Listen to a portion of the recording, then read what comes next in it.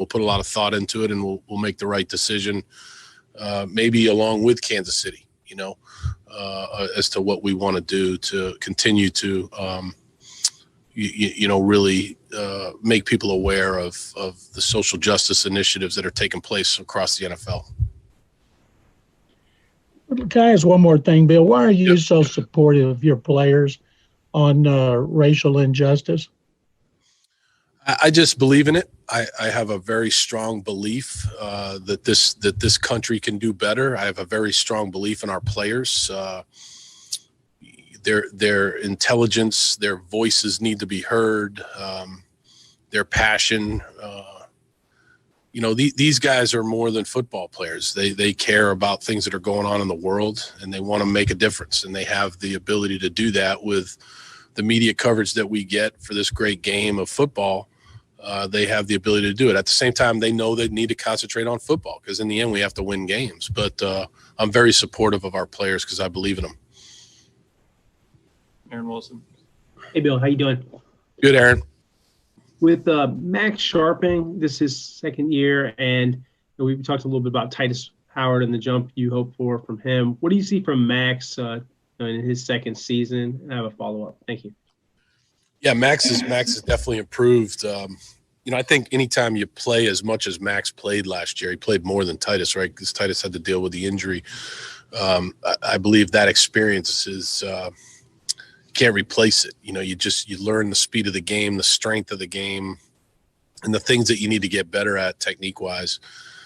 Max is so coachable. He's a very, very focused guy that cares a lot about doing what's best for the team. And, he's getting better, and he's put on weight. He's gotten stronger in the off season, and he's had a good camp. So we feel good about where we're at that spot, and he can do other things. He can jump in and play tackle if we need him to. He's played a little center for us. So he's a multiple tool guy up front, which is good. Actually, I'm good. No follow-up. Thank you. Yep. Greg Bailey. Hey, Bill. Hey, Greg. How are you and your staff measuring your preparedness to play such a great opponent in the opener and obviously unusual times? So I think the phrase you used with us last night was, still a long way to go. How are you kind of measuring that with no preseason, no contact that's full contact, et cetera? Yeah, it's hard. I mean, we have to, relative to what I said last night, we have a long way to go relative to the game week. We've got to get the roster down. We've got to have a good, quote unquote, Wednesday, Thursday, Friday, and then travel to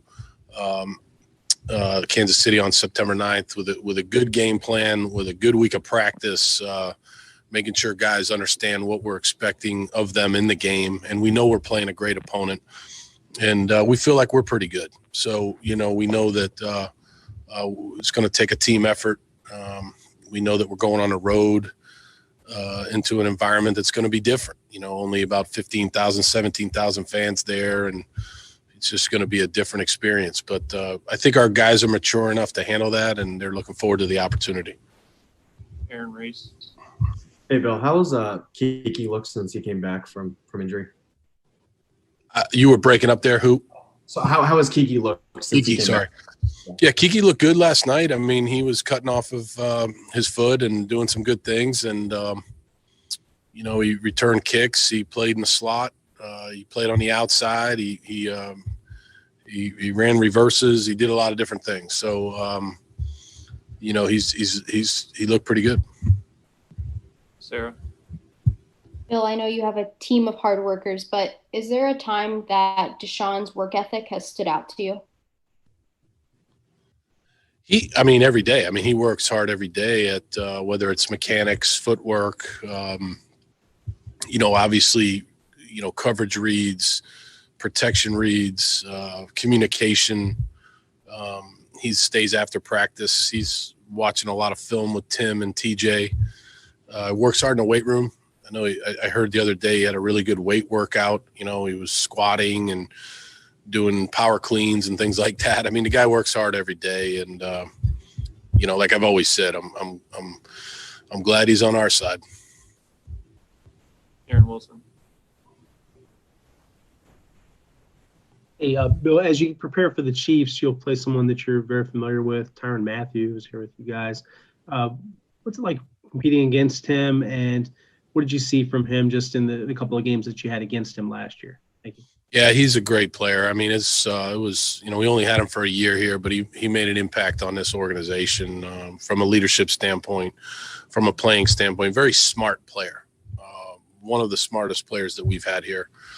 Just really understood, what the offense was trying to do relative to the defensive call, and had really good leadership qualities. I remember when they were able to get him in free agency. I remember Coach Reed and I talking, and he's brought the same thing there, obviously, to Kansas City. So it's tough, but those are the things that happens in the NFL, and we're gonna have to do a good job. They line them up in a lot of different spots. They use them in a lot of different ways, and we're gonna have to be ready for them.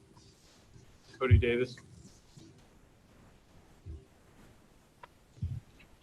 Hey, Coach. After what you have seen in training camp, do you feel this team has a number one receiver? And if not, what's the advantages of having multiple weapons out on the field at the same time? Yeah, it's funny.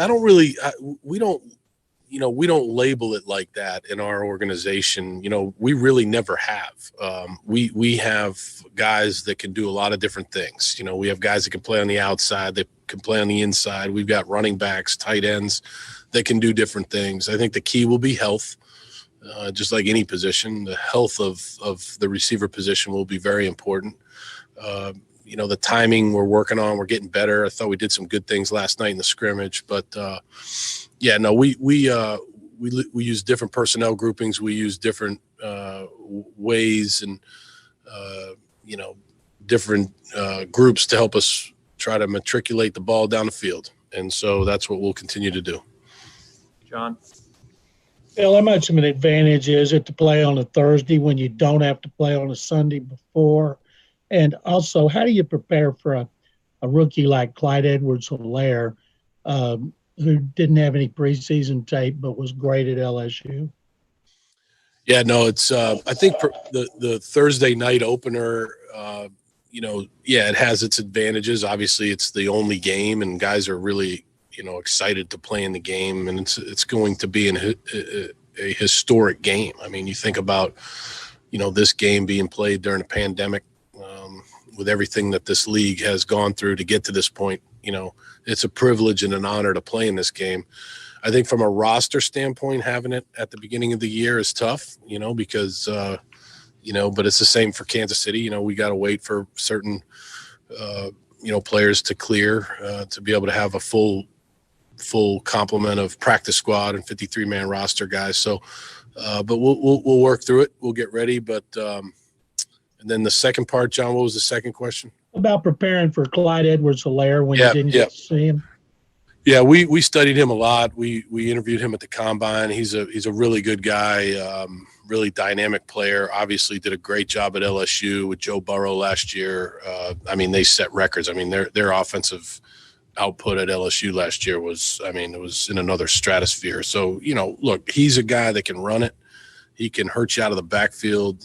He's a part of an offensive system now in Kansas City that's a very dynamic one. And we're just going to have to do as good a job as we can of knowing where he's at, how they're trying to use him early on, and do as good a job as we can.